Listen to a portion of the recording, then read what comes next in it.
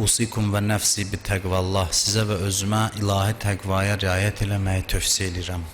İmam Səccad əleyhissalamın Məkarimul Əxlaq duasının şərhini davam elətdiririk və bu cümləni istəyirəm bugün tərcümə eləyəm. İmam Allaha ərz eləyir ki, vəqfini mə yəşğalunil ihtimamu bih. Vəqfini mə yəşğalunil ihtimamu bih. Deyir ki, məni özünə məşğul eləyən hər şeydən uzaqlaşdır. O şeylər ki, mənim fikrimi aparır, məşğul eləyir, onlardan uzaqlaşdır. Himmət sözü var ərəb dilində. Himmət. Himmət nə deməkdir? Yəni bir insanın fikri, zikri nədir? Ona deyərlər himmət. Dilə birinin himməti var dövlətdir. Yəni bütün fikri, zikri var dövlət qazanmaqdır. Burada himmət söz işlədir. Deyir, o şeylərə ki, himmət eləyirəm, yəni fikrim, zikrim ancaq odur, o fikirləri mənim ürəyimdən çıxart. Hərənin bir himməti var, hərənin bir bağlandığı şey var həyatda. Bu, hər bir insan üçün ola bilər. Boş insan yoxdur. İçi boş insan yoxdur. Hamının içində nəsə var. Nəyəsə könül bağlayıb, nəyəsə fikrini, zikrini nəyəsə aparır. Hərədə bir şeydir. Birinin fikri, zikri görsən yaxşı yeməklərdir.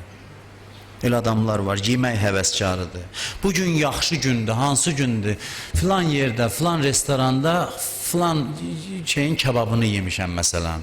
Onun kefi kökdür. Axtarır, tapır, fikri, zikri qarındır. O qarını doydurmaqdır. Əleyhissalam buyurur ki, bu insanlar ki, himməti qarnıdır, dörd ayaqlı heyvan kimidir. Necə onun himməti otdur, başını aşağı salıb ot axtarır. Ancaq ot yeməklə məşğuldur.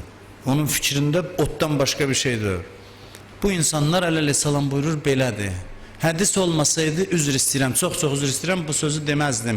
Əleyhissalamın sözüdür ki, kimin fikri, zikri qarnıdırsa, onun qiyməti, üzr istəyirəm sizdən, qarnından çıxan şeylər qədərdir. Bir insanın fikri, zikri ancaq mədəsidirsə. Biri bu şeylərə himmət eləyir. Bir insanın himməti görürsən, gəzib dolanmaqdır. Gün əla keçdi, necə ürəyim istəyən oğlanlarla getdim, filan ürəyim istəyən meşədə oturdum, bayramdır bunun üçün. Halbuki hamısı lazımdır, yemək də lazımdır, gəzmək də lazımdır. Amma biri də var ki, budur, məqsəd budur. Biraz pulum olsun, gedim gəzim. Biraz pulum olsun, gedim gəzim. Başqa arzu, niyyət yoxdur. Fikir bununla məşğuldur. Himmət bundan ibarətdir. Bu bir cür bağlanmaqdır insan üçün. İnsan var, himməti puldur.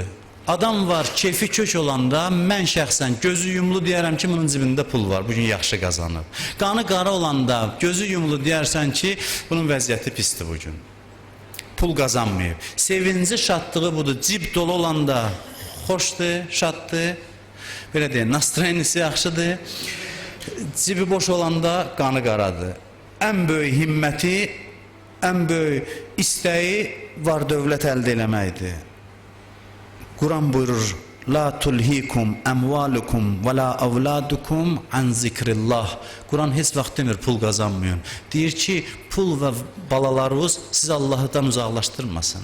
Allah'ın zikrindən qafil eləməsin. Faydalı şeylər himmətə çevrilməsin. Cavanlar var, idmanla məşğul olur. İdman yaxşı şeydir, əla şeydir. Amma idman himmət olur, məqsəd olur. Gündə güzgünün qabağında dayanır, deyir, görün məsələn, bugün vəziyyət necədir, sabah necədir. Bu, insan üçün hədəf olarsa, himməti bu olarsa, fikri, düşüncəsi bu olarsa, bu təhlükəlidir. Allah'tan qeyri hər hansı bir şey. Adam var, məqam xəstəsidir, vəzifə xəstəsidir. Sürünür, çalışır, bir yerdə məni vəzifəyə qoysunlar. Vəzifəyə də gəldi, çatdı, o hökümranlığını göstərməsi üçün ondan nəfəs alır. Hökümranlığını göstərmək üçün dərdən, qabıqdan çıxır. Quran buyurur ki, qiyamət günündə belə deyir, hələkə ənni sultaniyyə. Çatdığım məqam məni həlak elədi. Peşman olacaq. Deyəcək, kəş dünyada kasıb yaşayardım, heç bu məqamın sahibi olmazdım, amma Allahın yanında üzaq olardım. Süleyman Peyğəmbər də istədi. Süleyman Peyğəmbər də Allaha dedi, ilahi mənə hökumət ver, məqam ver, vəzifə ver. Amma nə üçün istədi? İki Peyğəmbər var ki, məqam istəyib, maddi məqam. Bir Yusuf Peyğəmbər, bir də Süleyman Peyğəmbər. Biri şah olub, biri də Misirin əzizi olub, vəzir olub. Amma nə üçün istədi? Dedi ki, bunu sənin dinimin yolunda sərf eləyim. Bu məqamı haqqın yolunda sərf eləyim. Özü oruz olurdu Süleyman Peyğəmbər. Özü arpa çörəyi yeyirdi, evində qazanlar qaynayırdı.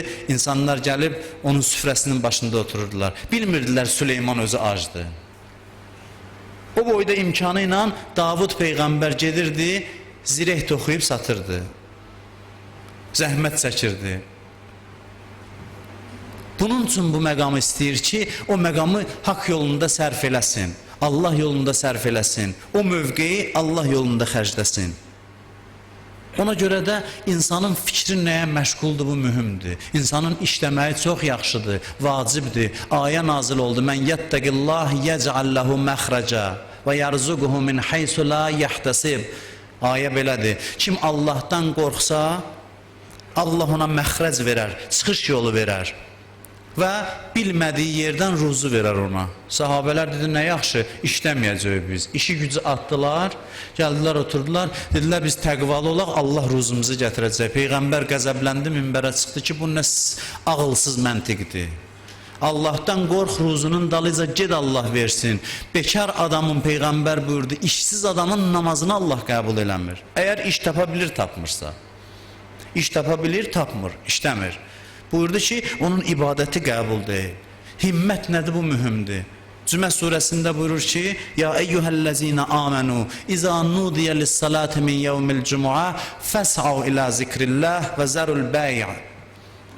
Gedin ticarət dalıcan. Amma elə ki, azam verildi, cümə günü, iş yüzü qoyun, tələsün deyir. Tələsün, gedin Allaha zikr eləməyə.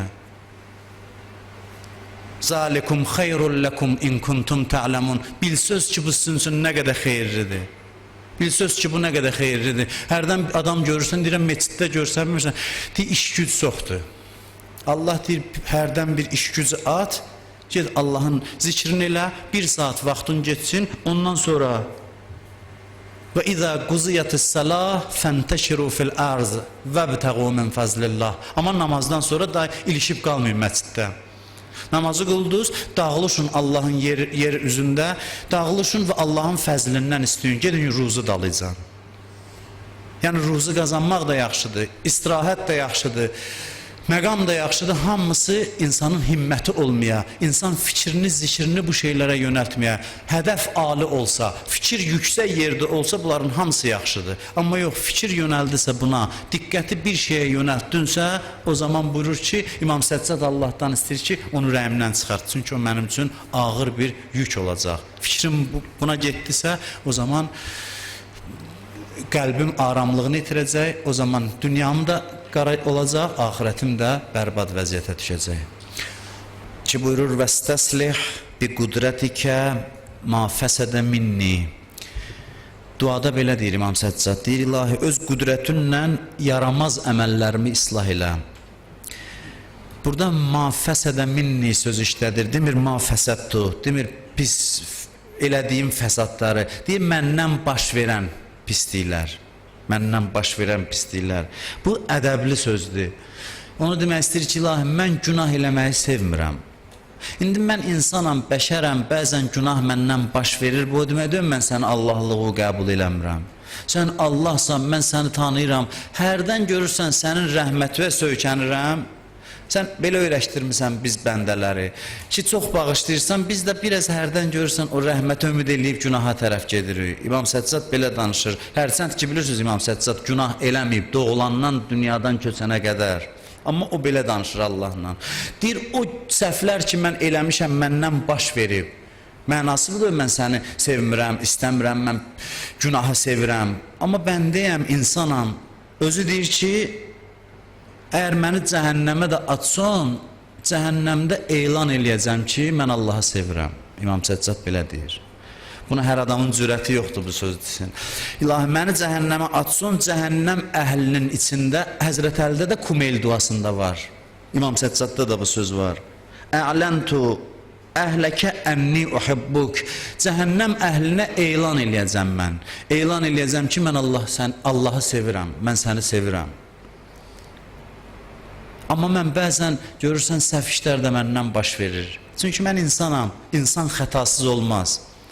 Xətalar da məndən baş verir. İlahi sən islah elə. Pis əməllər necə islah olur?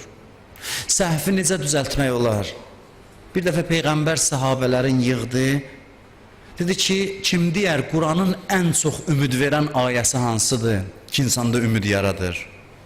Ərca ayə fi kitabillah. Ən çox ümid verən ayə. Peyğəmbər sahabələrindən soruşur. Ən çox ümid yaradan hansıdır? Biri dedi ki, bu ayədir. İnnəlləhə yəğfiruz zunubə cəmi'a. Allah bütün günahları bağışlayar. Dedi, bu ümid verəndir. Amma ən ümid verəni budur. O biri dedi ki, la təqnətu min rəhmətillah. Möminlərə deyir, ey günahkarlar, ya ibadiyyəl-ləzinə əsrəfu alə ənfusihim, ey özünə zülm eləmiş bəndələrim, la təqnətu min rəhmətillah, Allahın rəhmətindən məyus olmayın. Dedi, bu da düzdür, amma ən ümid verən budur. Bəs hansıdır ya Rəsulallah? Buyurdu ki, innəl həsənat yuzhibnəs səyyiat. Bu ayədir. Yaxşılıqlar pislikləri yuyub aparır. Yaxşılıqlar pislikləri təmizləyir. Pisliklərin ürəyə qoyduğu təsirləri yaxşı əməllər silir aparır. Pis işləri təmizləmək üçün, islah eləmək üçün dalıcan həmişə yaxşı bir iş görməyə öyrəşin. Bunu bacarsa insan yaxşıdır. Allah deyir, o zaman pisliyi məhv eləyib yerinə yaxşılıq gətirərəm. Deyirlər, birdən məsələn günah elədiniz, dərhal vaxtınız var, 2 rükət namaz qılın. Ya istiğfar deyin. Deyir, hər bir günahın yanında istiğfar eləsən, xoş sənin alva. Hər bir günahın yanında. Hər vaxt fürsət var. Naməhrəmə baxırsan, harama baxırsan, deyir, həmin gün Qurandan biraz oxu, gözünün kəffarəsi olsun. Bu, Qurana baxmaq onun təsirini aparar.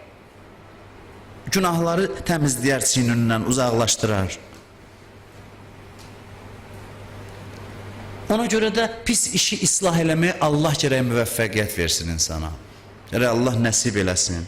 Adam var, namazı qoyur qırağa, deyir, mən çox günah eləyirəm. Mənə olub demişəm, çox günah eləyirsən, əksinə çox namaz qıl. Günah eləmisənsə, namazın bir xeyri də budur ki, günahı təmizləyəcək.